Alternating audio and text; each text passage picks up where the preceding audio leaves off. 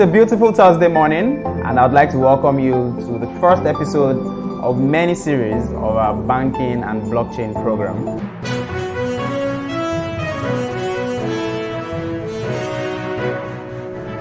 My name is Olubumi, and I'll be your host. This series is proudly brought to you by CNETv, and we'll be having it every Thursday, 1 p.m. Nigerian time. Banking has experienced significant growth and development over the last few decades. We'll be looking at a lot of topics, and we'll be bringing in experts from all around the world to discuss how blockchain can be applied to banking, use cases that can be used for blockchain in banking. Now, first, blockchain is not a cryptocurrency.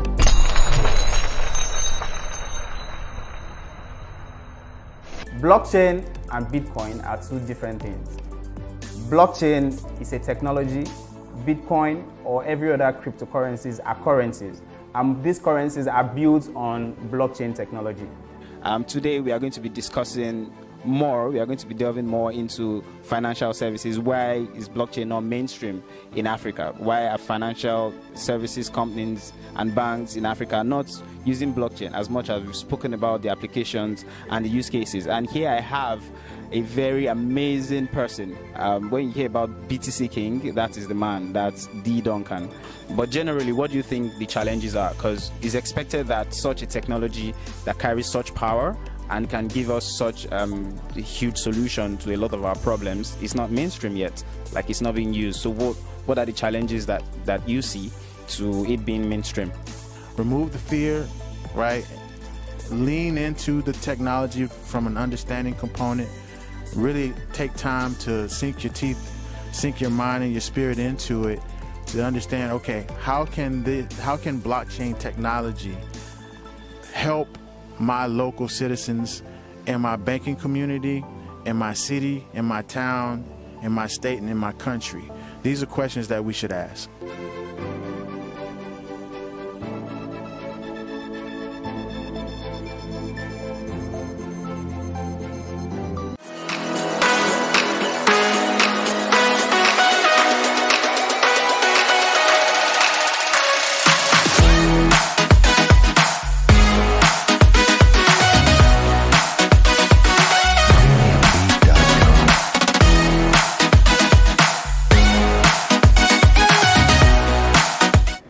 Hello viewers, welcome to another episode of the program Banks and Blockchain. My name is Olubumi, your usual host. It's another beautiful Thursday and I'm so glad to be here.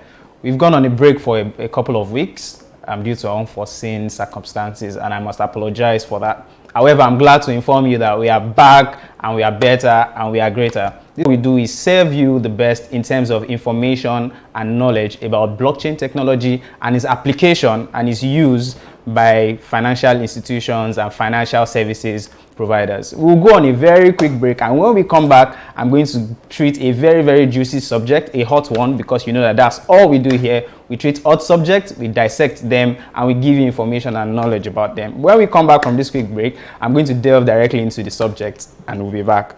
Thank you. Please hold on.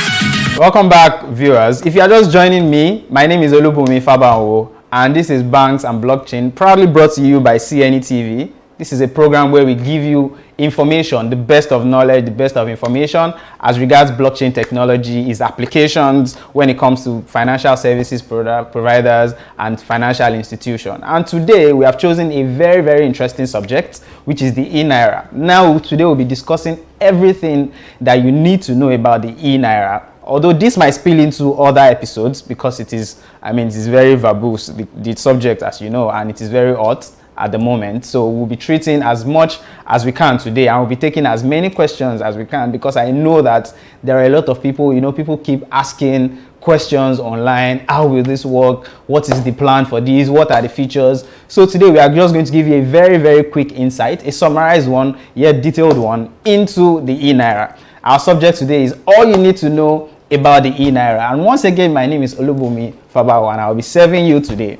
You know that in February of this year, the Nigerian government sent a memo to all financial institutions not to deal in anything that has to do with cryptocurrency, that is our Bitcoin and every other type of cryptocurrency, all the types of crypto. But it was surprising when we got announcement, when we heard that the CBN was planning on launching a digital currency, which is the Project Giant. That's the name of the project for the CBDC. And we had been treating the topic central bank digital currencies in anticipation of the announcement by the central bank. And we've seen so much into that in the last few weeks. I mean, the last 2-3 weeks, the CBN has already announced a technical partner. They've already sent memos to all the financial institutions that will be involved. They've talked about how the e-Naira is going to be launched, the features and everything. And all of this we are going to be treating today. So very quickly, I mean, what exactly is the e-Naira? What is this digital currency? What do we mean? So I'll be going through a few topics, a few subjects. I've already outlined them, and I'm sure that you can see on your screen what the outline for today is going to be. We are going to be treating CBDCs. We'll just have a very short introduction into what CBDCs are. We'll go into what is e-Naira, what exactly is e-Naira, how does the e-Naira work, and we'll also be treating the value, because a lot of people have been asking questions about it. Is it going to go up and down? Is it going to be like this? Is it going to be like that? That and many more we are going to delve into today. So what exactly are central bank digital currencies? As we have treated before, central bank digital currencies are simply government issued digital currencies. These are currencies that are issued by a government. So it is more of a centralized thing. And usually most of these currencies are built on distributed ledger technology, which we also know as blockchain in most cases. So this is an example of a stable coin. That is what a digital currency, a central bank digital currency is. It's just like bringing Bitcoin, say for example the BTC, and having it backed by a country's treasury so that the prices don't fluctuate as they do now. Now, BTC and other cryptocurrencies, on the other hand, are decentralized. So there is no central body that is mining BTC, that is giving BTC, that is issuing BTC, or is regulating the prices. So that is the difference between what we have as the CBDC and what we have as other cryptocurrencies. And where there might be a bit of similarities between CBDCs and cryptocurrencies, which is one of the features that brings both together. One of the similarities is that they both run on blockchain, that is distributed ledger technology. But CBDCs are not cryptocurrencies.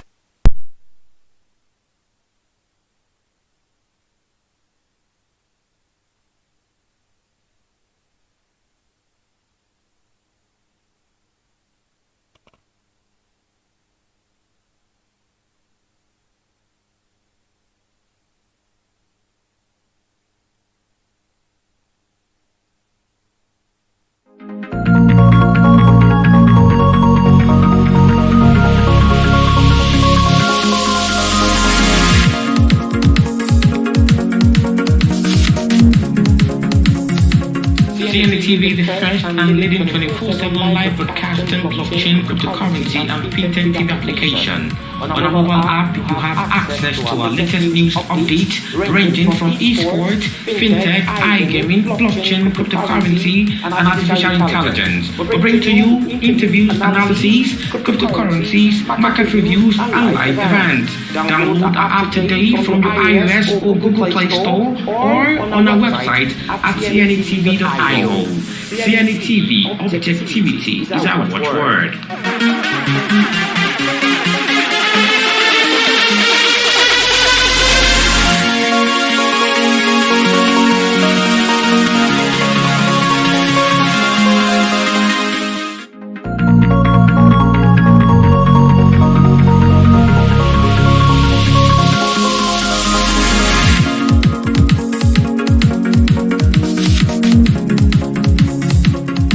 CNETv, the first and leading 24/7 live broadcasting blockchain, cryptocurrency, and FinTech TV application. On our mobile app, you have access to our latest news updates ranging from esports, fintech, iGaming, blockchain, cryptocurrency, and artificial intelligence. We bring to you interviews, analyses, cryptocurrencies, market reviews, and live events. Download our app today from your iOS or Google Play Store or on our website at cnetv.io. CNETv, objectivity is our watchword.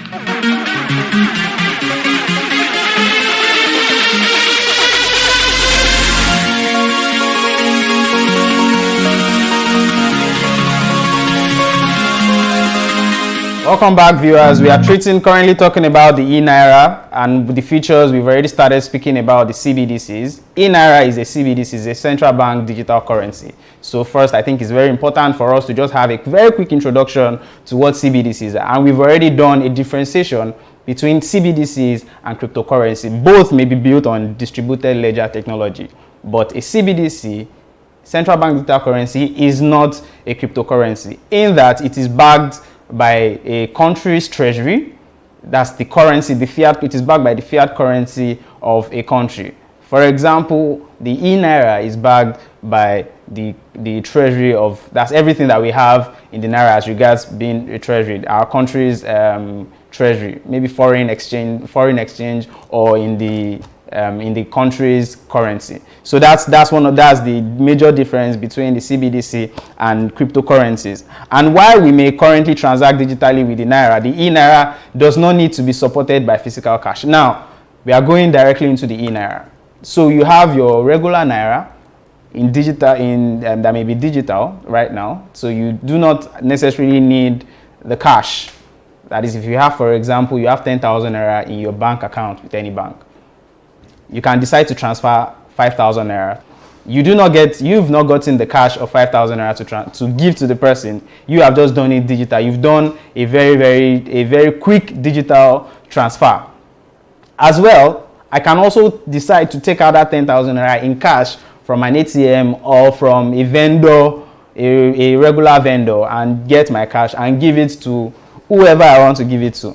But in the case of the e-Naira, the difference between the regular Naira and the e-Naira is that you cannot get the e-Naira in cash.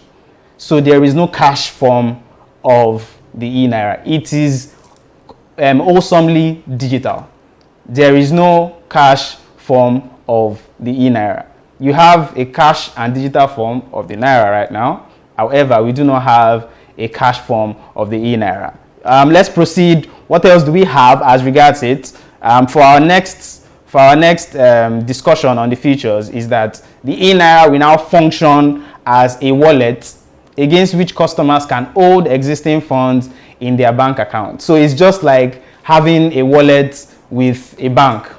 Some of us have wallets with banks now. You know that when you move funds into your wallet from your regular bank account, you cannot access the funds in that wallet via cash. So it is either you are making payment, you can make payment for DSTV, you can make payment for whatever it is that you want to do online, any wallet-to-wallet transfer. So you can do that with the e-Naira. So you can move funds, you can have existing funds in your wallet. So you will have a wallet as a Nigerian. You have a wallet that you can save your e-Naira in. So it is going to be different from your regular bank account. So the e-Naira is going to be in your wallet. And the advantage of this e-Naira as regards that is that it's going to hasten financial inclusion and also allow for cheaper and faster remittance inflow. We are going to talk about the financial inclusion first, in that anybody, I do not have to have a means of identification to be able to access the e-Naira. So we can go into remote places, remote villages, remote towns in the country, all over the country, and have people that will have wallets. So you can have an e-Naira wallet. That means you can, your grandfather, your great-grandfather in the village can have a wallet even without having an ID card, without stepping into the bank, without opening a regular bank account. So that's how it helps us help with the challenge of financial inclusion. So we are bringing financial services to everybody, every person, every individual in the country without the need of stepping into any financial institution, maybe a bank or a brick and mortar institution that gives financial services. So people in the villages, in the center rural areas can have access to a wallet, that's the e-Nairas, and they can transact with it. So you really do not need it in cash. I do not need to present an ID for anything. However, these are in tiers which we are going to discuss. We have the tier 1, the tier 2, the tier 3, as we have with banking and financial services as it is now. And the CBN is solely going to be the issuing, the distributing, and the redeeming party for the digital currency, as well as they're also going to monitor and manage this currency. Now, we skipped where we spoke about cheaper and faster remittances. Now with the e-Naira, you know, at present, what we have with the regular Naira is that we have middlemen that settle transactions. So if I'm transferring from bank A to bank B, these two have different architecture that they are built on. So there has to be somebody that is settling transactions, which in Nigeria's case is the Nigerian Interbank Settlement System. That's the reason why a lot of us get to pay some charges, because there are people, there are companies in between, or there are institutions and bodies in between that are settling our transaction. Also the same if you are transferring money abroad. And remember that we've already discussed blockchain technology as being one that will give us faster and cheaper means of transferring funds. So with the e-Naira, I can transfer to you, I can transfer to your wallet without incurring any charge, because wallet-to-wallet transfers are free of charge. So everything is built on the same architecture. That's a distributed ledger. So it's just like moving money from bank A to bank A again. That means everybody is on the same architecture, is on the same platform. So I can easily transfer funds, that's the e-Naira, can transfer 100,000 Naira to anybody without incurring the 52 Naira charge or any VAT or anything. And we have treated the cheaper and faster means of transferring. Now, talking about remittance inflows too, it is also similar to what we just discussed, what we just spoke about. So people can transfer money from abroad without incurring any charge, because there is no middleman to settle the transactions. And this is one of the things that has prompted the CBN to accelerate the launch of the e-Naira. And the CBC in Nigeria, as we've already discussed, is going to operate on a tiered anti-money laundering and know your customer structure with different transaction limits. And we'll just quickly discuss what the limits are now. So we are going to have the tier 1, the tier 2, and the tier 3 levels for the e-Naira as we currently have at present. So all these are everyone is going to have a transaction limit. You're going to have a bandwidth for money that you can have in your e-wallet. So for the sake of people that do not have means of identification, such as the national identity or anything like that, and we can recollect that there was a movement by the telecoms industry then, or the Minister of Telecom, Science and Technology, I think, Issa Pantami, and asking that everyone must link their NIN to their phone numbers. And this is one of the reasons why that movement was made. So we already know the number of people that we have that have NIN, and we know the mobile numbers that are directly linked to this. So with that, if you decide to come and say, oh, I need 50,000 Naira in e-Naira, all we need to do is just check, oh yes, you have an identity with us. Your picture and your information is on our database. We know exactly where you live. We know exactly where you work. So we can move these funds to your phone, to your mobile number. So you have digital cash as a Nigerian. So that is the tier 1 level. I do not need to have a BVN. I do not need to have anything like that for a start. Then my transaction limit for that is going to be 50,000 Naira. So I cannot do a transfer of more than 50,000 Naira in e-Naira, or transfer to, or payments above 50,000 Naira to anybody if I do not have my BVN linked to my account. And that is the case with a lot of people, a lot of rural and people that live in the rural environment that we're trying to bring on to be financially included. They do not have access to banks or any major financial services providers to be able to have a bank verification number. So these people are included. We can have them. You do not need that to be able to do transactions with eNaira or on your eNaira wallet. And for that, the maximum you can have in that account, as the CBN has already stipulated, is 300,000 naira. So I cannot have a balance more than 300,000 naira, which is one of the anti-money laundering structures that has been built even with the current financial services guide and structure that we have at present. For the tier 2 and tier 3 limits, we have maximum transaction of 200,000 naira for being a tier 2. So for a tier 2 person, it has to do with the kind of ID that you have and the kind of KYC that has been done on you. That's the verification process for your KYC. And of course, you have to have BVN requirement. You have to have a BVN linked to your eNaira wallet to be a tier 2 or a tier 3 customer. When we come back from a very quick water break, we'll continue going into the features. We speak about more of the features. We speak about more of the advantages that this has brought to us as a country. Please stay tuned. Thank you.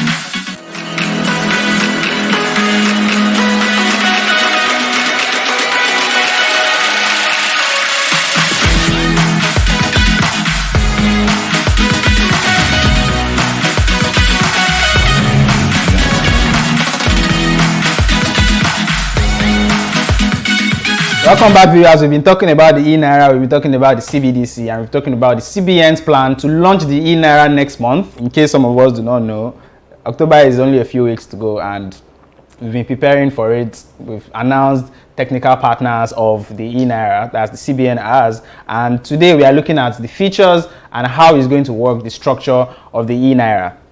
And we were speaking about that's the anti-money laundering and the KYC structures of how the eNaira is going to be built. So we said we have tier 1, tier 2, and tier 3. So what is differentiating these 3 tiers are the BVN requirements and type of identity, and of course the amount that you can have in your eNaira wallet. So for the tier 2, the maximum that you can transfer at any point in time is 200,000 naira, and the maximum you can have in your account is 500,000 naira. That's the cap for a start. We know that subsequently it might change, but for a start, the CBN has already said for a tier 2 eNaira wallet holder, you cannot transfer more than 200,000 naira. You cannot do transactions more than 200,000. So you would have the eNaira in your wallet. The maximum you can also have in your wallet is 500,000 naira at any point in time. Then for the tier 3, which is the highest tier of customers that have eNaira wallet account, the maximum you can do or transfer or make payments for is going to be 1 million naira, and the maximum you can have in your account is going to be 5 million naira. I have a table in the next slide that shows all of this, but I just let's just quickly go into that. The users classified as merchants will be subject also to the same 1 million naira limit. So we have a certain band of customers that are going to be called that are going to be called merchants, and the maximum amount that they will have to transfer is 1 million naira out of the wallet. And this shows us a breakdown of all that has been discussed. So for a tier 1 customer, you do not need to have an existing banking account or bank account.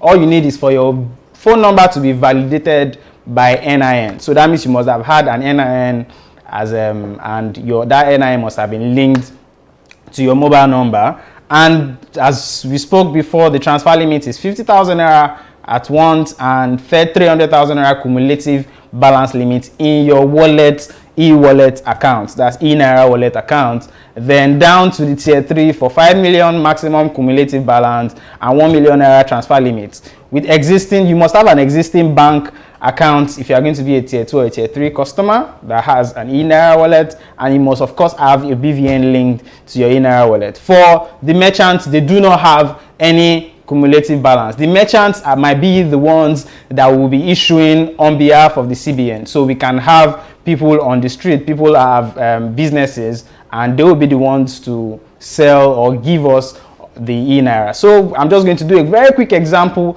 I want to add the e-naira in my digital. I already have a wallet, e-naira wallet, so I need 100,000. All I need to do is just go down to that man at downstairs my house, in any kiosk or anywhere that is certified by the CBN to be able to issue an e-naira or to mint an e-naira on behalf of the CBN. All I need to do is just probably send cash to him that I have in my regular bank account and get the equivalent in 100,000 naira digital currency. So that's just a very, very quick practical example of what we are going to have as the.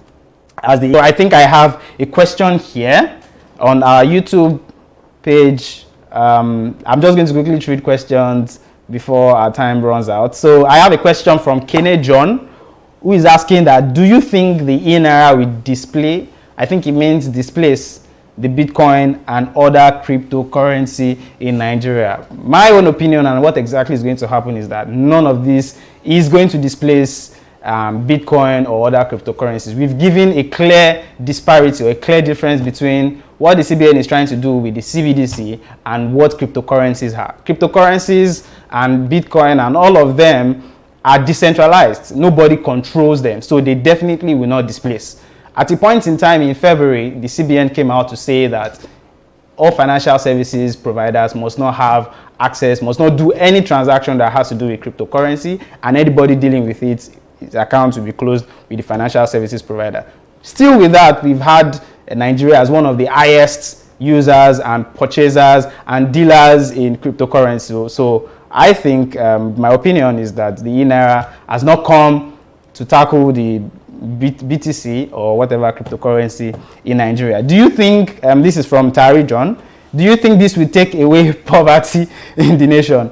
Well, I cannot say that categorically that this is going to take away poverty in the nation, but I can tell you for a certain that it's going to help with the financial inclusion plan that we have as a country. And you know that some of all these things just have ripple effects. So for example, if a farmer deep somewhere in Taraba State has access to the e-naira, so he has funds in his account, he can easily make purchases for raw materials rather than go to somebody and take so much travel, maybe travel to the city, travel to Jalingo, the capital city that is a bit urban, to go and get someone to be able to transfer funds or transfer money to one of his vendors that he wants to buy seeds from. Say for example, we are trying to plant cassava, say for example, and he needs to purchase a ton of cassava. I do know it does not need to travel all the way because he does not have any ID card. He cannot transact regular, he cannot do regular banking,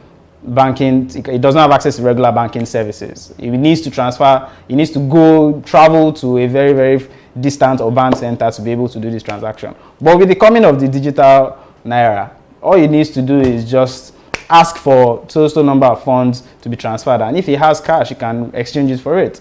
So this helps with financial inclusion. And in other words, I mean, it may not translate immediately and it may not translate in an accelerated way, but I'm sure that it is going to reduce, maybe not significantly, poverty in the land. And for the example that we had given earlier of cross-border payment, this is going to help the country with foreign remittances. One of the issues that we have is the remittances that have dropped significantly in the past few months. First due to COVID, then second due to a lot of instability in the country. So we've had remittances, foreign remittances drop very, very to a very low level in the country, and this has affected the country's currency, which is the naira, against the dollar. I'm sure that a lot of us know that the disparity is so much, and the naira is probably selling for over 500 naira now to a dollar. So this is going to assist with foreign remittances. We have a high demand for dollar and foreign currencies in the country, and we have very little supply. We know that oil and the oil that we sell is one of the major providers of supply of FX and also foreign remittances. So with the coming of the e-naira, the digital naira is going to help foreign remittances come quicker and faster, and is also going to be cheaper. So I believe that answers the question of bringing poverty. I'm not in the government, so I cannot exactly say this, but with what we have going on, I'm sure that significantly is going to help with that. So let's look at very quickly. We've run out of time, but I think I'll just quickly touch on this one, and which is a very important question that a lot of people get to ask, and it has to do with the value of the e-naira. So people ask me and say, or people ask questions and say, oh, will it fluctuate? No, it's not going to. The e-naira is just going to be a stable coin. It's going to be like the e-yuan. It's just going to be exactly like the naira, but it's going to be in digital form. So it's just like taking naira and put it in the digital, strictly digital form. So it's not going to rise and it's not going to drop like the volatile cryptocurrencies. And it's going to function in the same way as the naira does, as I said, and the distinction is that it's just going to be strictly digital. Then it's also going to be pegged to the naira. So the value of what the naira is exactly the value of what the digital currency is going to be. So I know that a lot of us are still going to ask more questions, so you can reach me on social media and you can also still drop your questions on our YouTube page. You can download the CNETv app. Put up your questions there. You can reach me via email. You can reach me best via LinkedIn and ask some of these questions. In our next episode, we are still going to talk about some of the advantages and some of the things that we believe that need to be put in place by the Central Bank of Nigeria before the launch of the digital naira. Thank you so much for joining me on this episode of Banks and Blockchain. I hope I've been able to impact some knowledge and clear some doubts and also answer some questions that you may have been having about this very, very interesting subject. When I see you next time on Banks and Blockchain, my name is Olubumi Fabanwo, and this program is proudly brought to you by CNETv. Please join me every week, Thursday, 1 p.m. WAT. Thank you for joining me today. Have a blessed weekend and a beautiful day.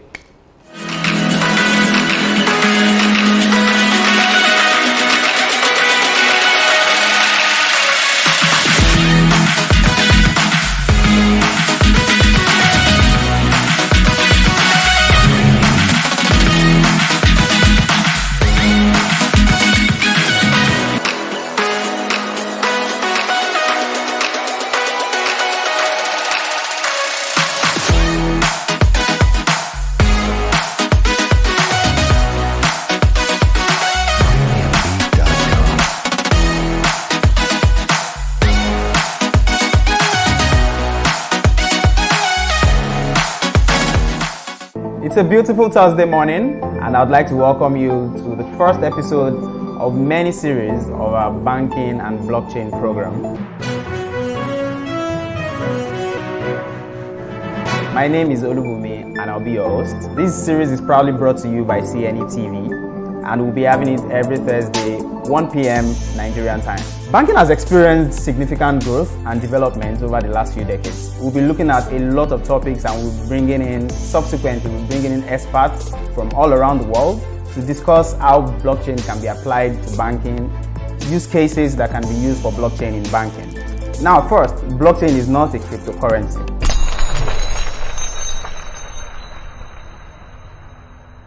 Blockchain and Bitcoin are two different things. Blockchain is a technology. Bitcoin or every other cryptocurrencies are currencies. These currencies are built on blockchain technology.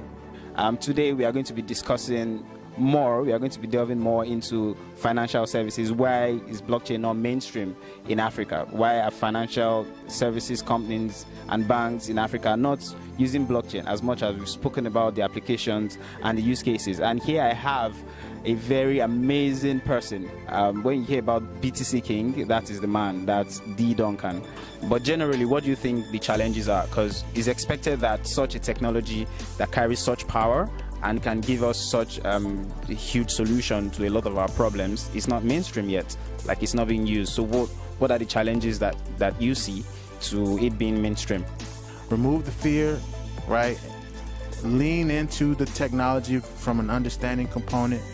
Really take time to sink your teeth, sink your mind and your spirit into it to understand, okay, how can blockchain technology help my local citizens in my banking community, in my city, in my town, in my state, and in my country? These are questions that we should ask.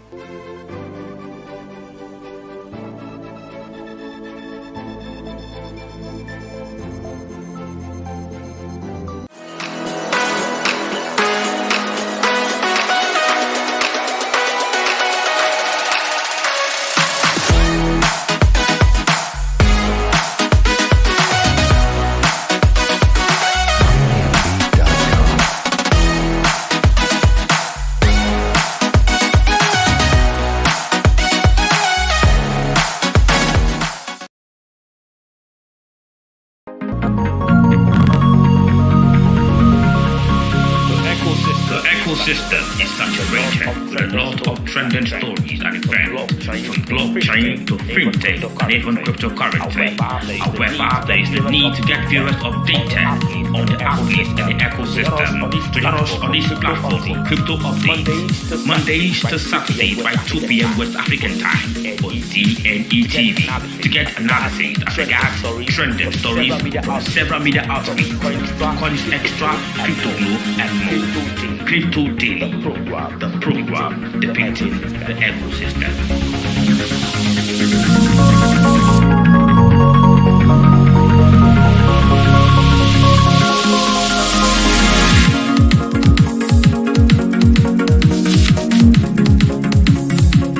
CNETv, the first and leading 24/7 live broadcasting blockchain, cryptocurrency, and FinTech TV application.